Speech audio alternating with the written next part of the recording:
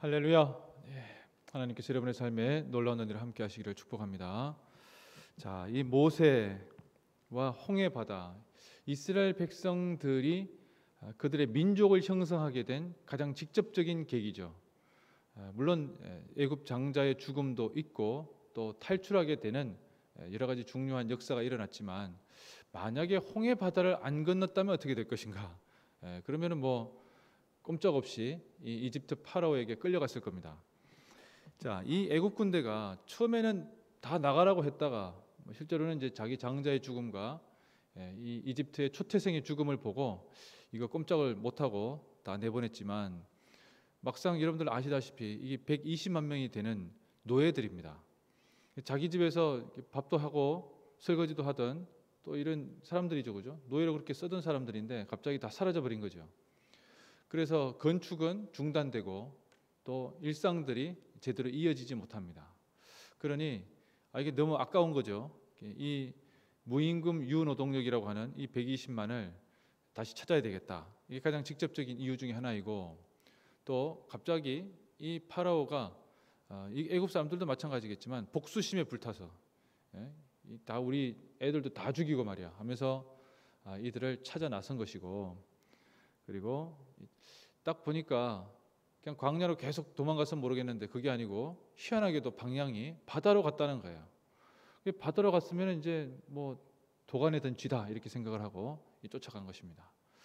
자, 이 바로의 이 생각, 실제로는 이 바로의 이 판단이 이집트를 제국으로 나가지 못하게 만드는 결정적인 이유가 됩니다. 이집트는 여러분들 고대에 4대 문명의 발상지이기도 한데 왜 이집트는 제국으로 못 나갔을까요? 제국이라고 하는 것은 원정을 나가야 됩니다. 원정을 가서 공성전을 거쳐서 그들이 가지고 있는 사람부터 시작해서 물질을 다 가져와야 되죠. 그래서 공성전, 물질주의, 노예라고 하는 세 가지 특징이 있는데, 독특하게도 이집트는 나가지를 못했어요. 그런데 역사적으로 보면 이집트가 소위 말하는 전투력뿐만 아니라 리더십이 완전히 몰살당한 경험이 있습니다. 그게 언제겠어요? 바로 홍해 바다에서 파라오를 비롯한 일군의 지휘관들, 그리고 이집트의 핵심 전력인 이 병거들이 완전히 수장되는 안타까운 일이 생긴 것이죠. 그래서 아수르, 바벨론, 페르시아, 헬라, 로마라고 하는 고대 5대 제국에 6대 제국이 됐을 수 있었는데 끼어들지 못한 겁니다. 자, 그러면 이 모세는 홍해 바다를 앞두고 모세에게는 대단히 이렇게 답답한 상황이 지금 되고 있죠. 뒤에는 바로의 군대가, 이 파라오가 계속 쳐들어오는, 저 멀리서 먼지가 이제 이는 게 보이는 거고, 딱 보니까 조금 있으면은 이곳에 당도할 그런 위치가 있었고, 또 내부적으로는 백성들이 그걸 보자마자 자기들이 평생 보아온 것 아니에요.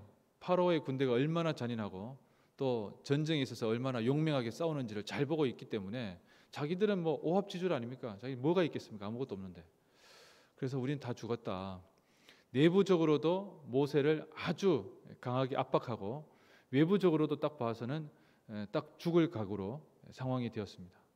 자, 이 상황 속에서 모세가 이게 택한 전략도 좀 독특한 거긴 하지만, 실제로는 이게 홍해 바다를 건너서 광야로 나가겠다라고 하는 이 생각을 왜 품었는지 알 수가 없는 거죠. 근데 놀랍게도 하나님께서 그 방향으로 이끄시고 그 방향에서 바다를 가르는 놀라운 일을 경험케 하십니다. 옛날 역사 비평학자들은 성경에 대해서 이걸 하나님의 말씀을 안 보고 그냥 책으로 보는 사람들은 이거를 도저히 이해를 못하는 거예요. 그래서 홍해 바다, 이게 알고 보면 갈대 바다인데 이스라엘 백성들이 갈대를 건너간 거다, 그 정도까지는 아니다, 이렇게 얘기를 한 적이 있었어요. 저는 이제 그런 얘기를 들으면서 드는 생각이, 아니 그런 하나님이면 왜 우리가 믿지? 갈대 바다 건너고 이렇게 눈 가리고 아웅하듯이 그렇게 해서 지나가는, 그렇게 하는 하나님이면 내가 왜 믿는 것이냐? 여러분, 하나님은 초자연적인 역사를 하시는 분입니다. 초자연이 뭡니까? 인과율에 의해 결정되지 않는 일을 하는 거예요. 그래서 중력의 법칙, 물이 흐르는 법칙, 그것을 넘어서는 일을 하시는 것이죠. 여러분, 하나님이 신이라고 하시면 초자연적인 일을 할 수 있잖아요. 예수님께서 다시 부활할 수 있는 것이죠. 물 위를 걸어갈 수 있는 것이죠. 그럼 그런 것에 대해서 설명한다는 것 자체가 모순이고 말이 안 됩니다. 우리는 혼으로 이해할 수가 없습니다. 영으로 믿어야 되는 순간이에요. 홍해바다는 그래서 영적인 사건이 됩니다. 자, 이 홍해바다 사건의 독특한 특징이 무엇인가 하면 하나님께서 직접 무엇인가를 하신다는 거예요. 모세는 물론 손을 내밀어서 지팡이를 바다에 내민 것이긴 하지만 하나님께서는 홍해바다를 직접 가르신다. 하나님께서 동풍을 계속 일으게 하시고 또 이집트 군대가 이스라엘 백성들 뒤에서 홍해바다 갈라진 틈에 이스라엘 백성도 건너가지만 이집트 군대도 쫓아오는 거죠. 그런데 놀랍게도 하나님께서 오늘 읽어보셨다시피 주어가 다 하나님입니다. 하나님께서 이집트 사람들의 이 병거의 바퀴를 벗겨지게 하고 이 이집트 사람들이 이게 싸운 것도 아닌데 갑자기 이상한 일들이 생기는 것이죠. 그렇게 되면서 자기들의 상황을 다르게 해석하기 시작합니다. 이것은 우리가 뭔가 실수한 게 아니라 여호와라고 하는 신이 우리를 지금 직접 싸우고 있다. 큰일 났다. 후퇴하자라고 했지만 결국에는 그들이 다 수장되고 말았던 겁니다. 자, 모세는 이 홍해 바다를 건너는 것을 통해서 5가지 영적인 내용을 우리에게 알려주고 있습니다. 이 그리스도인의 영성이라고 하는 부분인데 알고 믿고 순종하고 체험하고 영광 돌린다는 거예요. 자, 알미순체형이라고도 이제 외우기도 하는데 성경에는 다 그리스도인의 영성이라고 했을 때 이렇게 얘기 나와 있습니다. 무엇을 아느냐? 하나님에 대해서 알게 되는 겁니다. 이스라엘 백성들이 기적적인 것을 행하시는 하나님에 대해서 알고 있지만 자기들 생각에는 저거는 혹시 사람들도 술객들도 행할 수 있는 것이 아니냐. 물론 이후로 가면은 행할 수 없었습니다만은 사람들의 마음에 하나님께 대해서 그냥 만만하게 생각하는 것이 있었다는 것이죠. 모세가 하나님에 대해서 이스라엘 백성들에게 알려준다. 어떻게 알려주는 겁니까? 바다를 갈라버리는 거죠. 이거는 상상을 초월하는 얘기입니다. 그래서 하나님을 알게 된다. 하나님을 알게 되면 어떻게 됩니까? 하나님께서 우리를 위해서 역사하신다는 것을 믿게 된다는 거예요. 알게 되면 믿게 됩니다. 그리고 모세는 이 과정을 통해서 하나님께 온전하게 순종하게 되죠. 그래서 바다를 향해서 지팡이를 내밀었고 이스라엘 백성들은 그 바다에 들어가게 됩니다. 자, 이 들어가는 장면의 초반부에는 모세 혼자만 앞에 바닥하고 가라고 하는데 누가 제대로 가는지는 모르겠습니다만은 누가 처음으로 들어가는지도 나와 있잖아요. 하지만 여러분, 광야 40년 만나를 먹고 자랐던 만나 세대가 요단강을 건너갈 때 어떻게 했습니까? 그때는 여호수아가 지팡이로 가리키지 않았습니다. 어떻게 합니까? 언약궤를 들고 제사장이 들어가 버려요. 물이 찰랑거리고 있는데 들어가자마자 요단강이 갈라져 버리죠. 차원이 다른 일들이 생겨나게 됩니다. 이런 것을 통해서 하나님께서 택하신 백성들의 이 순종의 정도가 달라졌다는 것을 우리가 볼 수가 있어요. 자, 이렇게 순종하고 난 뒤에 하나님께서 직접 그들과 싸우시는 것을 통해서 그들은 체험하게 되고 그리고 이런 체험을 통해서 어떻게 됩니까? 오늘 우리가 읽지 않았습니다마는 15장 1절부터 6절까지의 하나님께 대한 찬양이 생겨나게 되는 겁니다. 자, 여러분, 우리의 인생도 마찬가지입니다. 우리 인생 전체를 바라볼 때 하나님에 대해서 더 깊게 알면 알수록 하나님께서 우리를 향하신 놀라운 은혜에 대해서 믿게 됩니다. 성경을 우리가 공부하는 이유는 하나님에 대해서 더 자세히 알게 되는 거예요. 성경을 공부하지 않고 하나님에 대해서 막연하게 알게 되는, 그래서 막연하게 알게 되면 어떤 상황이 생기는가 하면 하나님께서 나와 함께 하시는가에 대한 확신이 생기지 않아요. 그런데 성경은 뭐라고 말씀하시는 겁니까? 성경에 5,000명의 사람이 있습니다. 5,000명의 사람들 중에는 하나님께 순종한 사람들이 있고 순종하지 않은 사람들이 있어요. 순종한 사람들을 통해서 하나님께서 어떻게 역사하시는지에 대해서 성경은 자세하게 기록하고 있습니다. 이렇게 자세하게 기록하고 있는 성경을 우리가 공부하면, 알게 되면 하나님에 대해서 알게 되고, 이것을 통해서 하나님께서 우리를 향한 놀라운 은혜와 역사를 우리가 믿게 되고, 그래서 때로는 정말 당황스럽고 이해하지 못하는 상황이 온다 할지라도 우리가 그것에 어떻게 됩니까? 순종하게 되고, 하나님의 상황에 대해서, 하나님께서 우리에게 부여해 주는 여러 가지 일들에 대해서 하나님의 역사하심을 기대하며 순종하게 됩니다. 모세가 그 밤에 이런 모세가 이 찰턴 헤스턴 나오는 10계처럼 그냥 손을 쫙 내밀어서 갈라진 게 아니에요. 밤새도록 동풍이 불도록 지팡이를 바다를 향해서 응시하고 있었습니다.